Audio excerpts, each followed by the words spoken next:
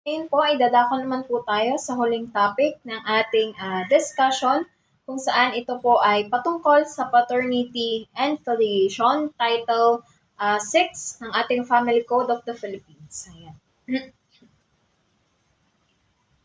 So, Chapter 1, Legitimate Children. Yan, kapag sinabi po nating legitimate children, ito yung lehitimong anak na ibig sabihin may karapatan o ipinanganak by birth ng isang babae. Yan. So, Article 163, the filiation of children may be by nature or by adaptation. Natural filiation may be legitimate or illegitimate. Yan. Kapag po sinabi nating filiation, ito ay isang relasyon sa pagitan ng magulang at ng anak. So, sabi dito, ang pagiging anak ng isang tao ay maaaring dahil sa dugo o sa pamamagitan ng pag-aampon. Ang pagiging anak dahil sa dugo ay maaaring lehitimo o illegal. Yan. Yan, or illegitimate. Sa Article 164, tinatalakay po dito na yung mga batang nabuo ay pinanganak habang kasal, ang magulang ay lehitimo. Samantalang ang mga batang nabuo dahil sa artificial na pagpapabinhi or yung may tawag po doon insemination of sperm ay sa asawa, gamit yung sperm ng isang asawa nagmula sa isang donor o pareho ay lehitimong anak din ng asawa at ng kanyang isang asawa o yung pinagmulan ng donor. Sa kondisyon na pareho nilang pinahintulutan o kinumpirma ang naturang insemination sa isang nakasulat na instrument na ipinatupad at nilagdaan nila bago ang kapanganakan ng bata, ang instrumento na ito ay i-record sa civil registry kasama ng birth certificate ng bata kung saan ang magulang ay sila. Ayan. Sa Article 165, yung mga batang nabuo at pinanganak sa labas ng isang legal na kasal ay illegal, maliban kung iba ang nakasaad sa Civil Code. Ayan. Ito yung mga anak sa labas. At ayon naman sa Article 166, ang pagiging legitimate child ng isang bata ay maaari lamang pagdudahan dahil sa mga sumusunod. Una, kung pisikal na imposible para sa mag-asawa na magtalik sa kanyang asawa sa loob ng unang 120 days ng 300 days na nauna sa kapanganakan ng bata dahil sa una, physical incapacity of the husband to have sexual intercourse with his wife. Pangalawa ay the fact na yung husband and wife ay naninirahan ng magkahiwalay o magkahiwalay in such a way that sexual intercourse ay hindi posible. At ang pangatlo ay may malubhang sakit yung asawa na malamang sa malamang ay nagiging isa sa hadlang kung bakit hindi sila magkaroon ng sexual intercourse. Pangalawa po, napapatunayan na dahil sa biological o iba pang scientificong kadahilanan, hindi maaaring anak ng asawa ang bata maliban sa pagkakataong nakasaad sa ikalawang talata ng Article 164. Ayan. Ang probisyong legal na ito ay tumutukoy sa mga sitwasyon kung saan pahintulot ang isang magulang para sa artificial insemination ay nakuha sa pamamagitan ng maling impormasyon, panloloko, pamimilit, pananakot, at hindi tamang impluwensya. Sa ganitong mga kaso, maaaring maimpluwensyahan ang mga karapatan at responsibilidad ng magulang sa bata. Halimbawa na lamang po ay yung pumayag kayong dalawang mag-asawa sa natural insemination, no? Tapos ay nakuha yung sperm, sabi ay doon sa lalaki pero hindi talaga doon. Ayan. So maaaring kapag ipinanganak yung bata, maaaring hadlangan ng korte yung karapatan nyo at obligasyon nyo sa pagiging isang ama. Yeah. So sa pangatlo naman po, sa that in case na ang bata ay conceived through artificial insemination, the written ayan, yun sabi ko nga po kanina, na nakuha yung authorization through mistake, fraud, violence, intimidation, or undue influence. So, halimbawa na lang po, na-rape kayo, tapos nagbunga yung pagsasamantala sa inyo.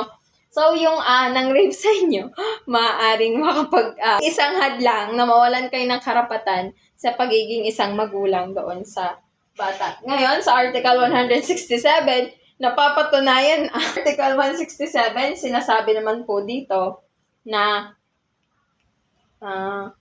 sa Article 167, sinasabi naman po dito ng Civil Code ay nag-sasaad na ang isang bata ay may ituturing na lehitimo kahit na sabihin ng ina na hindi ito lehitimo o kahit na siya ay nasentensyahan bilang isang mangangalunya or adulteress, yung may kabet, anak sa labas. Kahit na sabihin ng ina na hindi lehitimo yung bata o yung anak, kahit na siya ay nahatulan ng korte na may adulteress or sentenced as an adulteress, ay ang bata ay maituturing pa rin na lehitimo kung ang ama ay kinilala ang bata bilang kanyang anak. Ang pagkilala ng ama ay maaaring gawin sa pamamagitan ng isang akto ng pagkilala tulad ng pagpaparehistro ng pangalan ng bata, sa kanyang apelyido sa birth certificate o sa pamamagitan ng pagsasagawa ng mga gawaing pangmagulang tulad ng pagpapakain, pagpapalaki at pag-aalaga sa bata. Halimbawa na lamang si Maria at si Juan. Si Maria ay nasampahan ng kaso ng adulteress, tapos nagbunga yung nagkaroon siya ng anak dahil sa kanyang pangangalunya. Yan. Yung si Juan, itinuring niyang anak yung bata, pinakain, inalagaan, at pinalaki niya yung bata. So maaari niya pa rin ikonsidera na lehitimo niyang anak yung bata. So yan. Sa Article 168 naman po, ito ay tumatalakay sa pagpapatibay ng pagiging lehitimo ng isang anak na ipinanganak sa loob ng 300 days pagkatapos ng pagwawakas ng isang kasal. Kung ang ina ay nagpakasal ulit sa loob ng 300 days na iyon, meron tayong kinokonsiderang dalawang sitwasyon.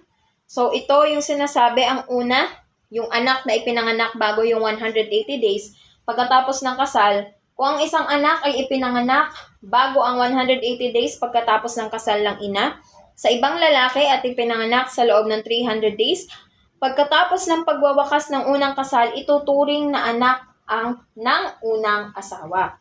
So, ibig sabihin, kapag nanganak ka bago ang 180 days pagkatapos ng kasal, yung bata ay ituturing na lehitimong anak o ituturing na anak noong unang asawa.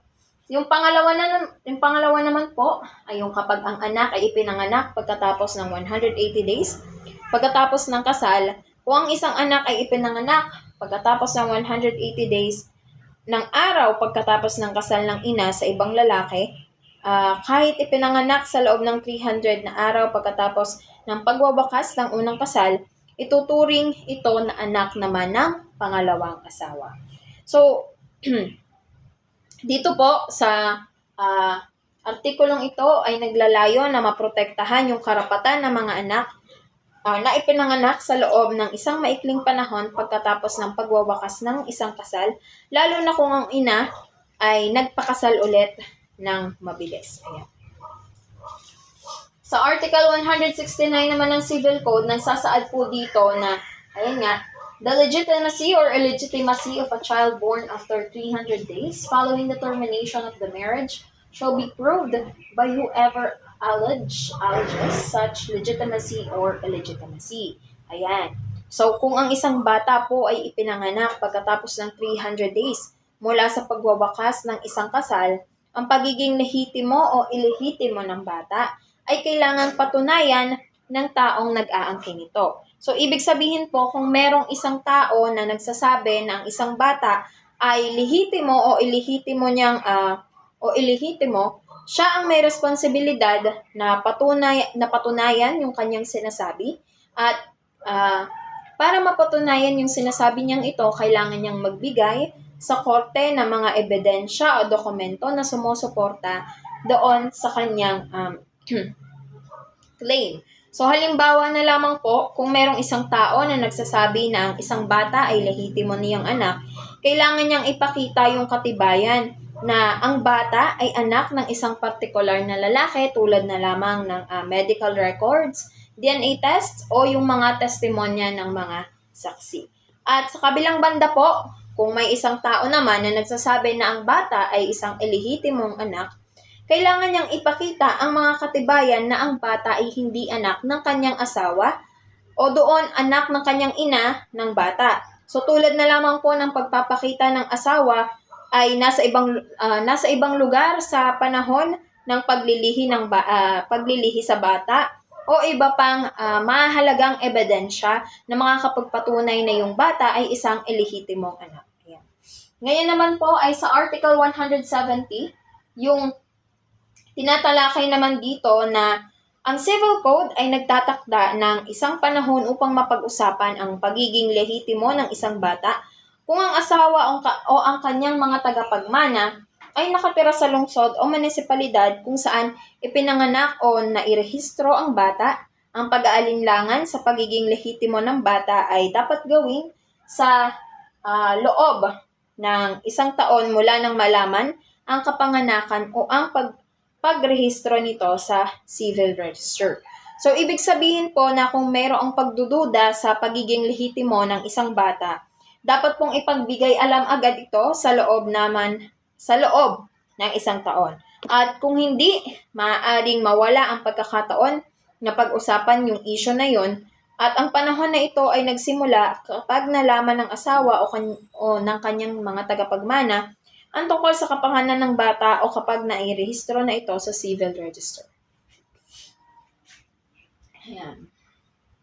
Sa Article 171, the heirs of the husband may impugn the filiation of the child within the period prescribed in the preceding article only in the following cases.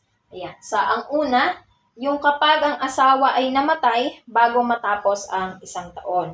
Ayan. So sabi dito sa Article 171, na ito yung mga partikular na sitwasyon kung saan maaaring pagdudahan ng tagapagmana ng asawa ang pagiging anak ng isang bata sa loob ng 1 taon mula sa pagkakaalam o pagrehistro ng kapanganakan. So, ang una po dito ay kapag namatay ang asawa matapos ang 1 taon, so halimbawa namatay yung asawa niya matapos ang 1 taon, panahon upang pagdudahan ng pagiging anak, ang kanyang mga tagapagmana ay maaaring gawin ito sa loob ng natitirang panahon.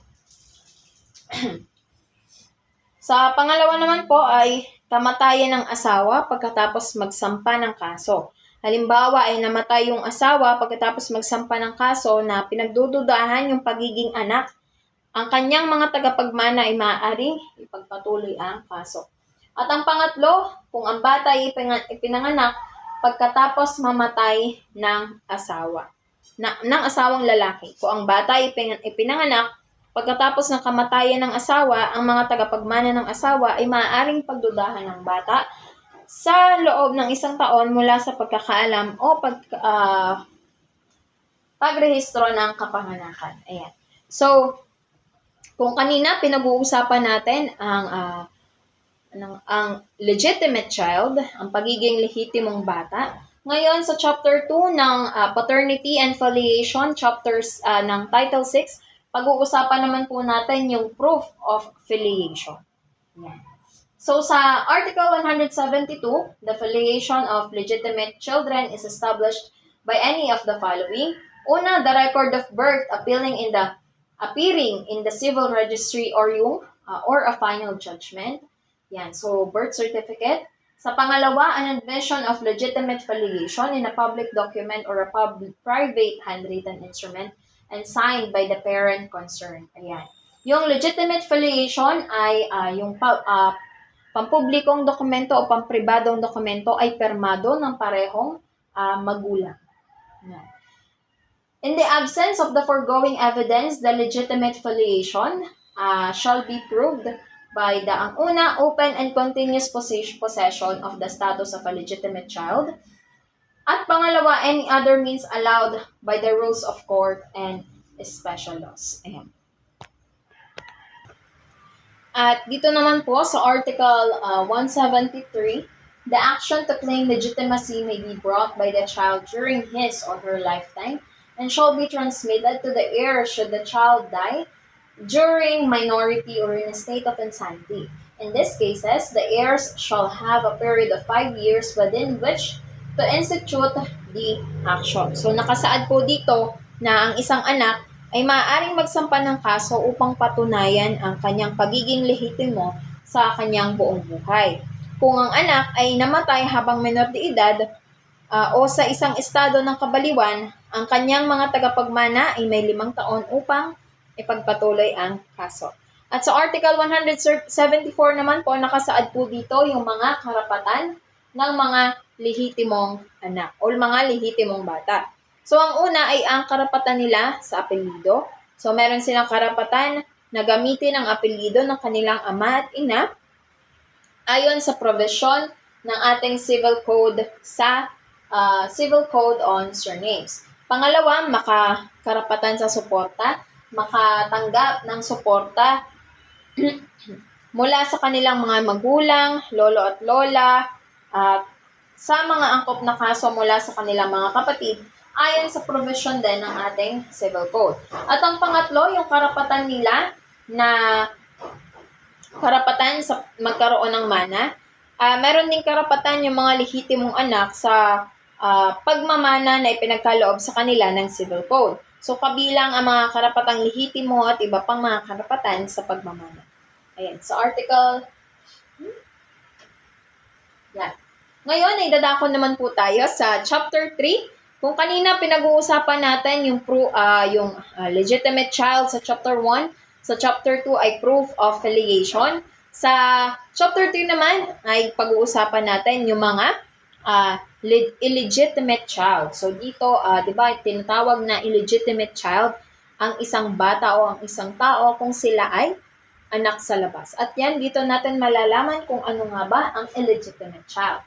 So sa Article 175 states that illegitimate children may establish their illegitimate filiation in the same way and on the same evidence as legitimate children. So, sa Chapter 3, Illegitimate Children, nagsasaad dito sa Article 175 na yung mga ilihitimong anak ay maaari nilang patunayan ang kanilang pagiging isang anak sa parehong paraan at parehong ebidensya gaya na lamang ng ginagawa sa mga lihitimong anak. Ayan.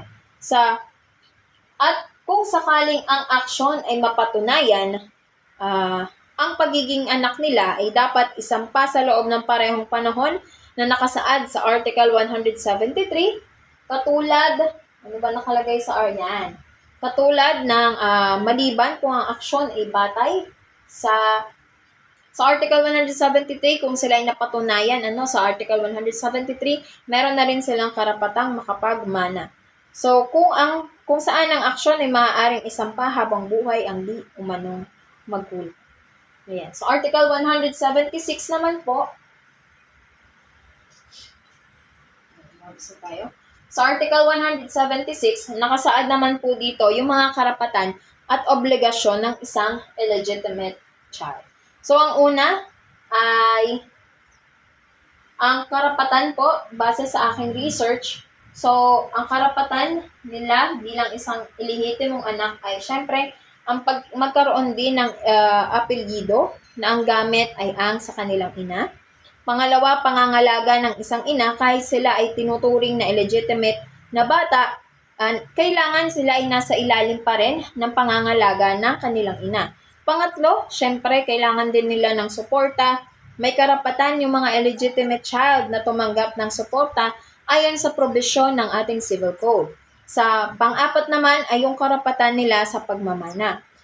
Kahit na sila ay legitimate na legitime ng bawat illegitimate na anak ay kalahati ng legitimate ng isang lehitimong anak. Ibig sabihin, kung ang tagapagmana o na legitimate child ay um, isang lupa, sa illegitimate child ay kalahati ng lupa na ng minana ng legitimate child. Yan. Sa pagbabagong ito, ang lahat ng iba pang probisyon sa Civil Code na namamahala sa mga karapatan sa pagmamana ay mananatiling may bisa.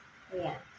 At ngayon naman po, itatalakayin natin yung huling chapter ng ating paternity and filiation, legitimate child. Ayan. Only children conceived and born outside of wedlock and parents who at the time of the conception of the former were not disqualified by any impediment to marry each other may be legitimated. Yan. Dito po sa Article 177, ang tinatalakay po dito, nagsasaad po ito na yung kondisyon para maging isang lehitimong anak. So, halimbawa na lamang po si Ana at si Ben ay magkasintahan. Pagkatapos ay si Ana at si Ben ay nagkaroon ng anak na ang pangalan ay si Carlos. Tapos ay walang sagabal para sila ay magpakasal at sila ay nagpakasal. Si Carlos ay isang lehitimong anak ni Ben. Yan. Ngayon, sa Article 178, nakasaad naman po dito na ang pagiging lehitimo ng isang anak ay mangyayari sa pamamagitan ng kasal ng kanyang mga magulang pagkatapos nilang magkaanak. Kahit na ang kasal ay mapawalang bisa, hindi maapektuhan ang pagiging lehitimo ng anak. So, yun nga po, tulad ng kanina nang nangyari kay Ana at Ben, magkasintahan, nagkaanak sila, walang sagabal sa pagpapakasal, nagpakasal sila, isang lehitimong anak si Carlos. Ngayon naman, kung sakaling maghiwalay si Ana at si Ben, si Carlos ay isa pa ring legitimate child ni Ben at ni Ana. At sa Article 179, legitimate children shall enjoy the same rights as legitimate children. So, I think ito po ay type of graphical error. Galing po siya doon sa summary or doon sa link na Chan Robles. Pinapaste ko po doon. So, I think ang nakalagay po doon, yung illegitimate child ay shall enjoy the same rights as legitimate child. So, yan. Mula nang nangangahulugan ito na ang anak ay tinuturing na lehitimo mula pa noong siya ipinanganak kahit na ang, mali pala. So, dito pala sa 179, no, ito ay nangangahulugan na ang lehitimong anak ay may karapatan sa apelyido ng kanilang mga magulang, sa suporta at sa karapatan sa pagmana. At sa Article 180 naman, yung the effects of legitimation shall retroact to the time of the child's birth. So, ibig sabihin, yung batang illegitimate na naging legitimate ay ang epekto ng pagiging lehitimo sa isang anak ay magkakabisa mula sa panahon ng kanyang kapanganakan. So, nangangahulugan po ito na ang anak ay tuturing na lehitimo mula pa noong siya ay ipinanganak kahit na ang kanyang mga magulang ay nagpakasal pagkatapos ng kanyang kapanganakan. So, halimbawa na lamang tulad ng kay Ana at Ben, magkasintahan sila, nagkaroon sila ng anak. Tapos bago ipinanganak na si Carlos, tapos ay hindi pa rin kasal yung kanyang magulang at nagpakasal si Ana at si Ben ng nasa 10 taong gulang na si Carlos. So, hindi pa rin maapektuhan yung pagiging lehitimong anak ni Carlos kay Ana at Ben. At ngayon, sa Article 181, sinasabi na ang the legitimation of children who died before the celebration of their marriage shall benefit their descendants. So, sabi dito na yung bata na namatay bago ikasal, na ang kanyang mga magulang ay makikinabang sa kanyang mga anak. Ay, ulit. Ang pagiging lehitimo ng isang anak na namatay bago ang kasal ng kanyang mga magulang ay makikinabang sa kanyang mga ina. Ibig sabihin, ang mga anak ng isang lehitimong anak ay magkakaroon din ng karapatan bilang mga lehitimong apo. Okay. So, Article 182, legitimation may be impugned by only by those who are prejudiced in their rights within 5 years from the time of their cause. So, sinasabi po dito na nagsasaad na ang pagiging lehitimo ng isang anak ay maaaring pagdudahan lamang ng mga taong maapektuhan ng kanilang karapatan sa loob ng 5 taon mula sa panahon ng paglitaw ng kanilang dahilan ng pagkilos.